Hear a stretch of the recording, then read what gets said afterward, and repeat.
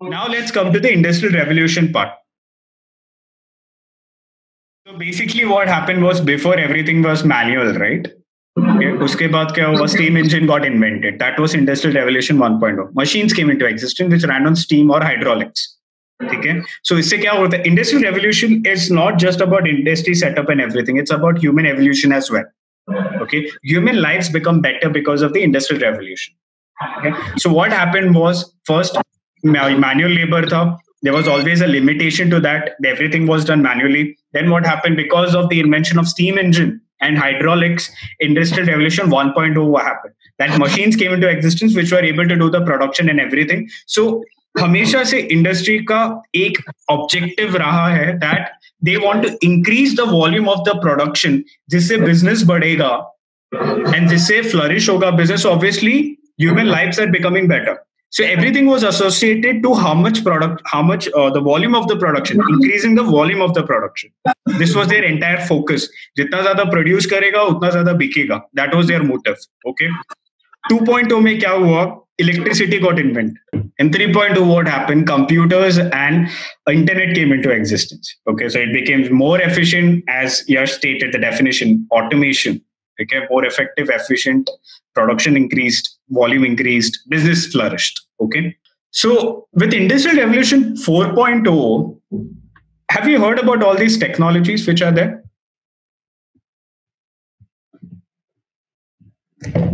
You might have heard about all these, right? Industrial augmented and virtual reality. IIoT is nothing but industrial Internet of Things, cloud and edge computing, additive manufacturing, cybersecurity. There are so many technologies which are there. Okay, there are so many technologies which are there in Industry 4.0. Industry 3.0, it was all about connectivity and automation. Industry 4.0 was completely different. It was all about being smart, being very effective with the approach.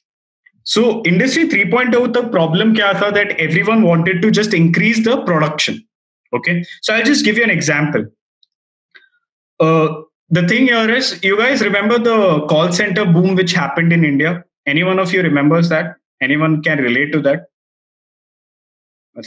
Your generation, like you guys know about call centers, right? So back in early 2000, okay, early 2000, there was a big boom for call centers. A lot of people went into like this call center thing, you know. So what happened was developed countries, they started to set up their call centers in countries like developing countries like India because the resources were cheaper. Okay, but volume zyada tha. There were a lot of people who were able to, the workforce, the human resource was too much. Okay, so the thing here is, as I stated, every time the objective was to increase the volume of the production. यहाँ पे कैसा था? Increase the human resource to attend the calls. Understand that? Okay. So the thing here is, after some time, these developing countries' human resources become expensive. Resources became expensive. Okay, so you could not follow the same approach always. So what happened was, you guys have heard about data science, right? Yes. Yeah, you guys have heard about data science. Great. So in Industry 4.0, what happened was, till Industry 3.0, they always applied a strategy and then they monitored whether this strategy worked or not. Okay, that is the approach that they had. But don't you think that is very costly कि आप एक strategy बनाते हो, वो strategy को implement करते हो and it fails. And then you see, okay, these are the mistakes which happened. Now I need to improve these aspects. Don't you agree that it will be an expensive affair? Do you guys agree to this? कि बार-बार एक strategy form किया, it fails, then you learn, then you make corrections to it, and then you go ahead and do it again. Don't you think it will become very cost consuming, energy consuming, time consuming? Do you guys agree to this? Yes. Great. So what happened with data science? What happened with data science was that they were able to analyze the past history and create predictive models. Create what? Predictive models. Okay, based on the analysis done of the past history. And they tried to apply this strategy into these predictive models and forecast whether this will work or not. Before implementing it, they were able to forecast that. They were able to predict whether this particular strategy will work or not. Okay, on data level itself. on the basis of data itself. Okay, so all these technologies that you see here is, I'm not going to go into details of everything. I'll just go into an interesting one. Do you guys know what is additive manufacturing? Any one of you knows what it is, additive manufacturing? I'm pretty sure you might have heard another word for it. 3D I've printing? Heard about it, but I don't remember. You know what is 3D printing? Yes. 3D printing sabne suna hai, right? Yeah. Yes. Whereby manufacturing. Huh? It's like using a CNC machine and sort of mechanism. So that is what is additive manufacturing. I just wanted to state the terminology there. Okay. So it is nothing but 3D printing. Okay. So do you agree that for 3D printing, there is a design which is used, a soft design, and then the physical thing is manufactured, right? The design is an IP. A design is a digital data. Do you agree to this? Data science. So any technology that you see here, don't you think it is all dealing with data? Everything that you pick up anything, it's dealing with data, right? That's the common denominator which is there, right? Everything. Anything that you take, it deals with data. Additive manufacturing also, the designs are nothing but data, right? Augmented virtual reality, whatever it is, it's the data that gets processed and you see that, right? Do you guys agree that the common denominator is data? Yes, sir. So Industry 4.0 may, rather than increasing the volume, rather than just increasing the production, they thought, let's focus on the data part and see how this data is valuable for us for all the aspects and what are the different technologies or applications that we can build on these data to make the industry smarter. So what happened with data science was they were able to analyze. Do you agree that in a supply chain, wherever the product touches, there is data which is generated, right? Starting from the supplier. Supply chain ka pata hai na, supplier, then manufacturer, distributor, retailer, at the end it is the consumer. Everyone knows this, right? This cycle. Great. So isme kya hota hai? Every touch point generates data, right? Every touch point has a data. Supplier se data generate ho raha hai, manufacturer se data generate ho raha hai. Then you are coming to what? The distributor, there is data generated. Consumer, there is data generated. Okay? Every touch point is generating data. So what happened with data science was they were able to analyze where their majority of the consumer lied. They started to capture this data. Pehle they were not capturing this data. Even if they captured, they were not utilizing this data.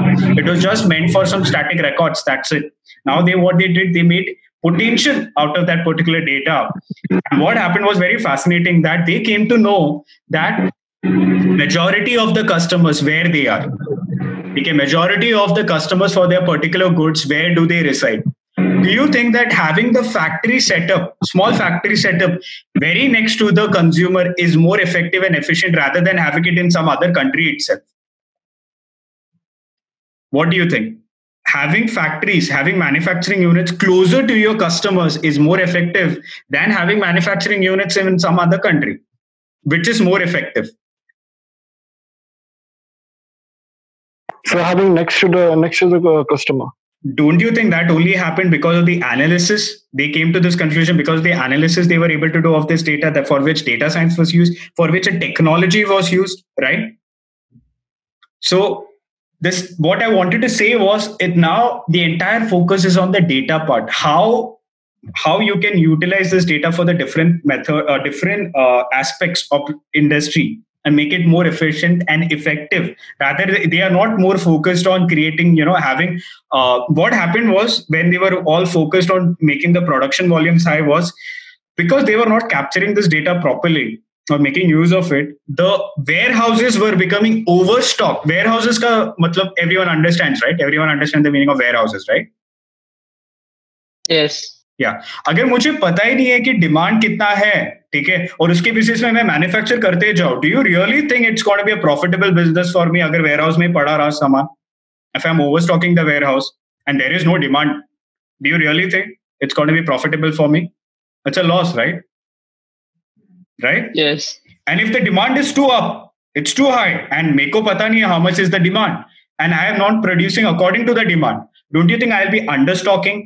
I'll be understocking the warehouse. And if I understock the warehouse, do you think my customers will get it at the time they want? You think so? Again, there is a loss for your business because people are not getting it when they want it. because you're not able to analyze the demand, you're not able to predict the demand.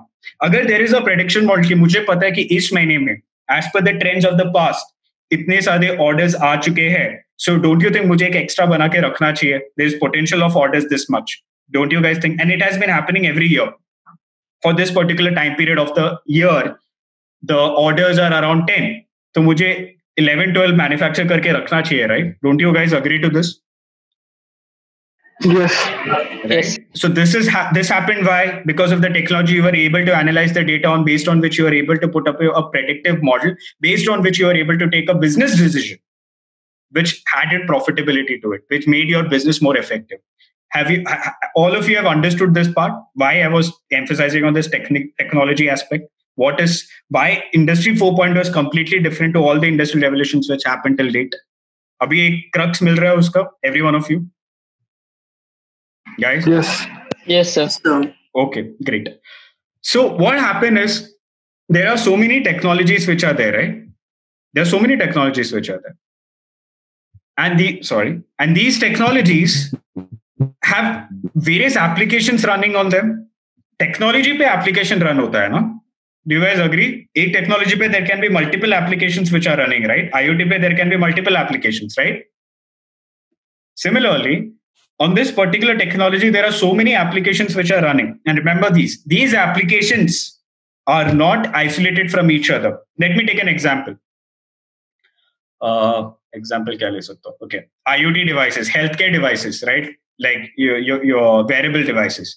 So, do you think उसमें cloud computing it's an IoT, right? Don't you think cloud is also used in it? Yes. You're able to get your data on your phone, right? Yes. So, do you think these technologies are isolated from each other or they are completely integrated with each other? So, you have technologies, you have application based on those technologies, and these applications are directly interacting with each other. Do you really think having a centralized approach to deal with the data and the transactions, basically these interactions, will be effective in the long run? Do you guys think so? No. You need to have something which is decentralized in nature, right? Which is well connected in nature, right? Which is able to connect all these applications properly with each other directly without going through having some centralized dependency. Don't you think so? I would like you guys to go and research on what is, because there's something called as edge computing, cloud and edge computing. Go and research on that. You will understand why we're emphasizing on blockchain, okay? Or take it as a assignment if you guys want. It's up to you, okay? So the thing here, what I wanted to state was, if you have you have so much of diverse technology, you have so many applications running on these technologies. So these applications are directly interacted and connected with each other. They are not isolated from each other. You need to have a technology which is able to support this interaction. And that particular technology is what? Blockchain. Okay. You guys agree to this? Because look, blockchain was able to support the interaction of monetary transaction. Blockchain was able to support the applications which were developed on such a particular network. So don't you think blockchain will be able to support this as well? Because at the end of the day, blockchain is dealing with data, everything about data. These transactions are nothing but data, right? And the common denominator for all these technologies is what? Data. So where does blockchain fit in the Industry 4.0? It is a technology which complements all other technologies. It is an individual technology in itself, as well as it complements all other technologies which are there in Industry 4.2. Okay. Did you guys get a good picture about this? What I wanted to, like, the intent for this? अभी समझ में blockchain कहाँ पे fit होता है Industry 4.0 में? Is it clear? Yes, sir. Now let's just try to go back to the definition and let's see whether it makes sense or not. Okay, let's just try to read it out again.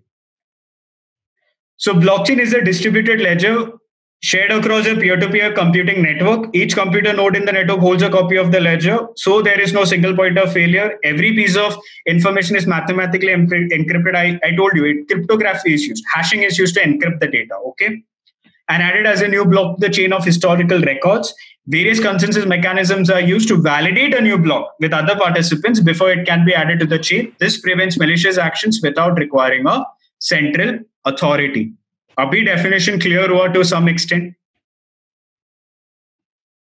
Yes, sir. Yes, sir. Sir. Okay. This was the intent for this particular session. You guys have any doubts? Ma'am, is it okay if I extend for more 5 minutes? Ila ma'am is there? Yes, sir. Okay. Yes, sir. Okay, fine.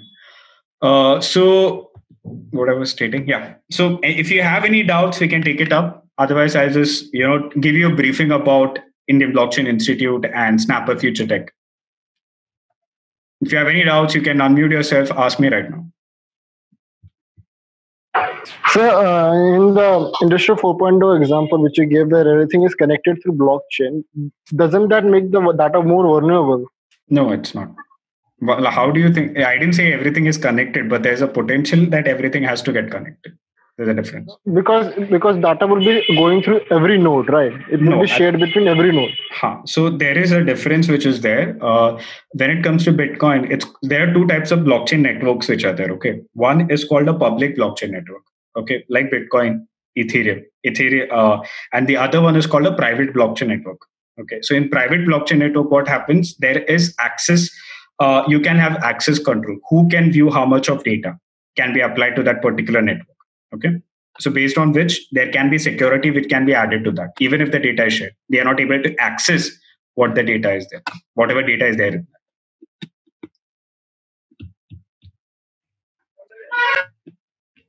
Yash, yes, I got it. Yeah, basically I told you, right? This today it was just to touch and go. Just you scratch the surface. That's it. What blockchain is. Anyone else has any doubt? Please go ahead.